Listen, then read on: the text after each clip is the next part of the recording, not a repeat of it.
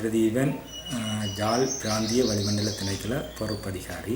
கடந்த காலங்களில் ஏற்பட்ட வெப்பநிலைக்கான அதிகரிப்புக்கான காரணம் சூரியன் ஒரு நீள்வட்ட பாதையில் இயங்கிக் கொண்டிருக்கின்றது. இந்த நீள்வட்ட பாதையில் குறைந்த அறையில் உள்ள காலமானது இந்த மார்ச் 23ஆம் தேதிக்கு பின்னர் ஏற்படுகின்ற காலப்பகுதியில் சூரியன் நமக்கு உச்சம் கொடுக்கின்றது. அவ்வாறு இலங்கைக்கு கடந்த ஏப்ரல் 5ஆம் தேதி உச்சம் கொடுக்க ஆரம்பித்த சூரியனானது கடந்த ஏப்ரல் 15ஆம் தேதி இலங்கையை விட்டு அகன்றுள்ளது.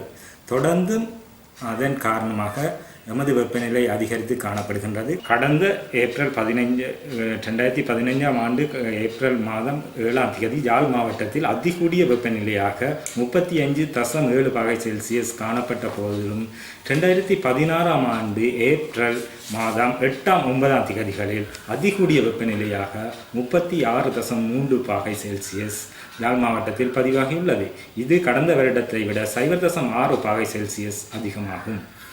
இதற்கான காரணமாக எமது பிரதேசத்தில் ஏற்படும் அபிவிருத்திகள் காரணமாக கட்டிடங்கள் மற்றும் எமது தாவரங்கள் அழிக்கப்படுதல், காடுகள் அழிக்கப்படுதல் போன்ற காரணங்களும் மற்றும் வாகன பாவனைகள் அதிகரித்ததன் காரணமாக வளிமண்டலத்தில் கார்பன் ஓரோக்சைட் போன்றவற்றின் அதிகரிப்பு காரணமாகவும் ஓசோன் படலத்தில் ஏற்பட்டுள்ள துவாரங்கள் காரணமாகவும் வெப்பநிலை அதிகரித்து கொண்டு வருகின்றது. தொடர்ந்தும் நாம் இவ்வாறான நடவடிக்கைகளை மேற்கொள்ளும் பட்சத்தில் வெப்பநிலை தொடர்ந்தும் இதைவிட அதிகரித்து செல்லும். ஆகவே நாம் இந்த வெப்பநிலையை குறைப்பதற்காக எமது நடவடிக்கைகளை குறைத்து கொள்ள வேண்டும் என்று கேட்டுக்கொள்ளும் அதே வேளை கடந்த வருடத்தை விட இந்த வருடம் வெப்பநிலை அதிகரித்து காணப்படுகின்றது.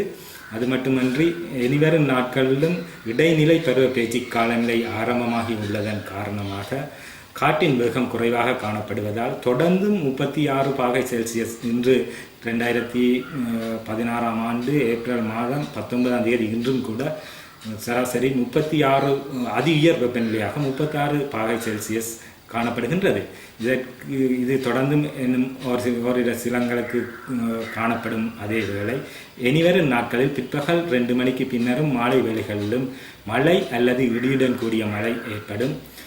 பொதுவாக பிற்பகல் வேளையில் இடிமின்னல் தாக்கங்கள் அதிகமாக காணப்படும். பொதுமக்கள் இடிமின்னல் தாக்கங்களிலிருந்து ஏற்படும் இழப்புகளை குறைப்பதற்கான முன்னேற்பாட்டு நடவடிக்கைகளை மேற்கொள்ளுமாறு அறிவுறுத்துகின்றோம்.